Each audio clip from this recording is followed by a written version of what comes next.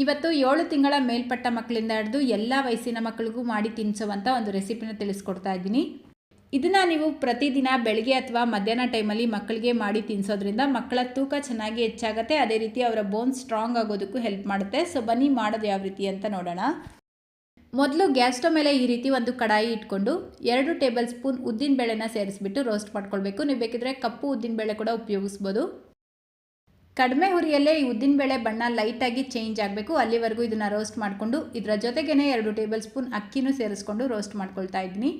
ಕೆಂಪಕ್ಕಿ ಇದ್ದರೆ ಅದನ್ನು ಸೇರಿಸ್ಕೊಳ್ಳಿ, ಇನ್ನೂ ಒಳ್ಳೆಯದು. ನೋಡಿ, ನಾವು ಸೇರಿಸಿರುವಂಥ ಉದ್ದಿನಬೇಳೆ ಅಕ್ಕಿ ಎಲ್ಲ ಈ ರೀತಿ ಚೆನ್ನಾಗಿ ರೋಸ್ಟ್ ಮಾಡಿಕೊಂಡು ಒಂದು ಪಾತ್ರೆಗೆ ಸೇರಿಸ್ಕೊಳ್ಳಿ. ಈಗ ಇದಕ್ಕೆ ನೀರು ಹಾಕ್ಬಿಟ್ಟು 2 ಸಲ ನೀಟಾಗಿ ತೊಳ್ಕೊಳ್ಬೇಕು. ಚೆನ್ನಾಗಿ ತೊಳೆದ್ಬಿಟ್ಟು ಮತ್ತೆ 1 ಕಪ್ ನೀರು ಸೇರಿಸಿ 1 ಅಥವಾ 2 ಗಂಟೆ ಇದನ್ನು ನೆನೆಸಿಡಬೇಕು. ನೀವು ಬೇಕಿದ್ರೆ ಇದನ್ನು ರಾತ್ರಿ ಇಡೀ ನೆನೆಸಿಟ್ಬಿಟ್ಟು ಬೆಳಗ್ಗೆನೂ ಮಾಡ್ಕೊಡ್ಬೋದು. ನೋಡಿ, ಕರೆಕ್ಟಾಗಿ 1 ಗಂಟೆ ನಾನು ಇದನ್ನು ನೆನೆಸಿಟ್ಕೊಂಡಿದ್ದೆ. ಅಕ್ಕಿ ಮತ್ತು ಉದ್ದಿನಬೇಳೆ ಚೆನ್ನಾಗಿ ನೆಂದಿದೆ ಅಲ್ವಾ. ಈಗ ಇದನ್ನ ಒಂದು ಬ್ಲೆಂಡರ್ ಜಾರ್ಗೆ ಸೇರಿಸ್ಕೊಳ್ಳಿ. ಆ ನೀರಿನ ಸಮೇತ ಸೇರಿಸ್ಕೊಳ್ತಾ ಇದ್ದೀನಿ. ಇದರ ಜೊತೆಗೇ ತುರಿದಿಟ್ಕೊಂಡಿರುವಂಥ ತೆಂಗಿನಕಾಯಿನ ಸೇರಿಸ್ಕೊಳ್ತಾ ಇದ್ದೀನಿ. 1 ಟೇಬಲ್ ಸ್ಪೂನಷ್ಟು. ತೆಂಗಿನಕಾಯಿ ಕೊಡೋದ್ರಿಂದನೂ ಮಕ್ಕಳ ತೂಕ ಹೆಚ್ಚಾಗುತ್ತೆ. ಈಗ ಅರ್ಧ ಟೇಬಲ್ ಸ್ಪೂನ್ ಬೆಲ್ಲ ಸೇರಿಸ್ಕೊಳ್ಳಿ. ಬೆಲ್ಲಕ್ಕೆ ಬದಲಾಗಿ ನೀವು ಡೇಟ್ಸ್ ಬೇಕಿದ್ರೂ ಉಪಯೋಗಿಸ್ಬೋದು. ಇದೆಲ್ಲವನ್ನು ಈಗ ನುಣ್ಣಗೆ ರುಬ್ಕೊಳ್ಬೇಕು. ನೋಡಿ, ಈ ರೀತಿ ನುಣ್ಣಗೆ ಇದನ್ನು ರುಬ್ಕೊಂಡು ಫಿಲ್ಟರ್ ಮಾಡ್ಕೊಳ್ಳಿ.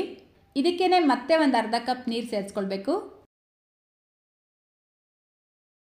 ಈಗ ಈ ಪಾತ್ರೆನ ಗ್ಯಾಸ್ ಸ್ಟವ್ ಮೇಲೆ ಇಟ್ಟು 4 ರಿಂದ 5 ನಿಮಿಷ ಲೋ ಫ್ಲೇಮ್ನಲ್ಲೇ ಮಿಕ್ಸ್ ಮಾಡ್ಕೊಳ್ತಾ ಚೆನ್ನಾಗಿ ಬೇಯಿಸ್ಕೊಳ್ಬೇಕು.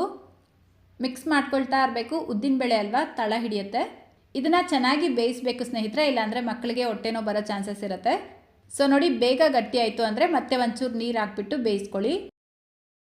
ಕರೆಕ್ಟಾಗಿ 5-6 ನಿಮಿಷಕ್ಕೆ ಇದು ಸ್ವಲ್ಪ ಗಟ್ಟಿಯಾಗಿರುತ್ತೆ. ಈ ಕನ್ಸಿಸ್ಟೆನ್ಸಿ ಇದ್ರೇ ಸಾಕು. ಗ್ಯಾಸ್ ಫ್ಲೇಮ್ನ ಆಫ್ ಮಾಡಿಬಿಟ್ಟು ಒಂದು ಸರ್ವಿಂಗ್ ಬೌಲ್ಗೆ ಸೇರಿಸ್ಕೊಳ್ಳಿ. ಇದು ತಣ್ಣಗಾದ್ಮೇಲೆ ಮತ್ತೆ ಒಂಚೂರು ಗಟ್ಟಿಯಾಗುತ್ತೆ. ತಿನ್ನೋದಕ್ಕೂ ಇದು ತುಂಬ ರುಚಿಯಾಗಿರುತ್ತೆ. ಸೊ ಮಕ್ಕಳು ಇಷ್ಟಪಟ್ಟು ತಿಂತಾರೆ. ಮಿಸ್ ಮಾಡ್ದಿರಾ ಪ್ರತಿದಿನ ಇದನ್ನು ಮಾಡಿ ತಿನ್ನಿಸೋದನ್ನು ಮರಿಬೇಡಿ. ನೀವು ಕಂಟಿನ್ಯೂಸ್ ಆಗಿ ಪ್ರತಿದಿನ ಇದನ್ನು 1 ತಿಂಗಳು ತಿನ್ನಿಸ್ಬಿಟ್ಟು ನೋಡಿ, ಖಂಡಿತ ಮಕ್ಕಳ ತೂಕ ಹೆಚ್ಚಾಗಿರುತ್ತೆ. ಸೊ ಇವತ್ತಿನ ರೆಸಿಪಿ ಇಷ್ಟ ಆಗಿದ್ರೆ ಪ್ಲೀಸ್ ಈ ವಿಡಿಯೋಗೊಂದು ಲೈಕ್ ಮಾಡಿ. ನಿಮ್ಮ ಫ್ರೆಂಡ್ಸ್ ಮತ್ತು ಫ್ಯಾಮಿಲಿಯವ್ರ ಜೊತೆಗೂ ಈ ವಿಡಿಯೋನ ಶೇರ್ ಮಾಡ್ಕೊಳ್ಳಿ. ಇದೇ ರೀತಿ ಮತ್ತೊಂದು ರೆಸಿಪಿಯೊಂದಿಗೆ ಮತ್ತೆ ಸಿಗೋಣ. Thank you.